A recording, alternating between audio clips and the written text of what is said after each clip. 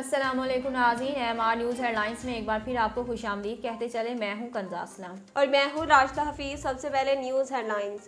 सुबह खैबर पख्तूनख्वा के शहर बन्नू की सिटी कौंसिल के मेयरशिप की निशस्त पर वोटों की दोबारा गिनती हो गई। रिटर्निंग ऑफिसर के इलामिये के मुताबिक दोबारा गिनती असिस्टेंट कमिश्नर के दफ्तर में सुबह 9 बजे की जाएगी। इलामिये में कहा गया कि बन्नू मेयर के 286 पोलिंग स्टेशन के वोटों की दोबारा गिनती होगी। गैर हतमी निताइज के मुताबिक मेयर की नशिस्त पर जमीयत उलमा इस्लाम के इरफानुल्लाह दुरानी 59,844 वोट लेकर कामयाब करार पाए।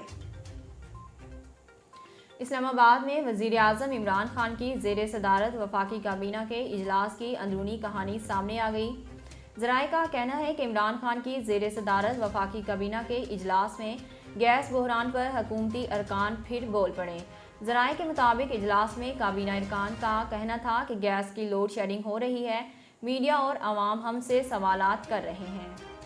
ज़राए का कहना है कि काबीना अरकान ने शिकवा किया कि कराची के साथ यूरिया प्लांट्स को भी गैस नहीं मिल रही, जबकि अब्दुल रज़ाक दाऊद ने बरामदी सनत से मुआहदे की खिलाफ वर्जी पर सवालात उठाए। सऊदी अरब के दारुल हुकूमत रियाद में 4 रोज़ा म्यूज़िक फेस्टिवल ख़त्म हो गया। सऊदी दारुल हुकूमत में म्यूज़िक फेस्टिवल 16, 17, 18 और 19 दिसंबर को जारी रहा, जिसमें रिकॉर्ड तादाद में लोगों ने शिरकत की। 4 रोज़ा फेस्टिवल में 7 लाख से ज़ायद अफराद ने शिरकत की, जबकि आखिरी रोज़ 1.5 लाख से ज़ायद अफराद शरीक हुए। इवेंट ऑर्गेनाइजर्स का कहना है कि 4 रोज़ा फेस्टिवल में 200 इंटरनेशनल फनकारों ने हिस्सा लिया और ये मशरिक वस्ती का सबसे बड़ा इवेंट है। पंजाब असम्बली में तबलीगी जमात के हक़ में किरादाद मुतफ़िक़ा तौर पर मंजूर कर ली गई। किरादाद मुस्लिम लीग क्वाफ की रुकन खदीजा उमर ने पेश की, जिसमें स्पीकर परवेज़ इलाही ने वाहिद तबलीगी जमात से वाहिद लफ्ज़ की तरमीम की।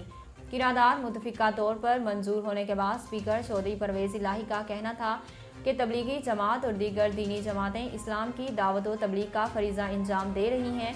ये जमातें इस्लाम और अमन की सफ़ीर हैं और पाकिस्तान के लिए काबिल फ़ख्र असासा हैं। उनका कहना था कि तबलीगी जमात के इज्तिमा में 72 ममालिक के लोग और सऊदी अरब के करता धरता भी आए। सफ़ीरों को बुलाकर एक मीटिंग आज और एक गुज़िश्ता रोज़ हो चुकी है। मामले की इस्तलाह कर रहे हैं। उम्मीद है जल्द ही बेहतरी आएगी। नाज़रीन, अब तक के लिए इतना ही। मज़ीद खबरों और अपडेट के लिए देखते रहिए MR न्यूज़।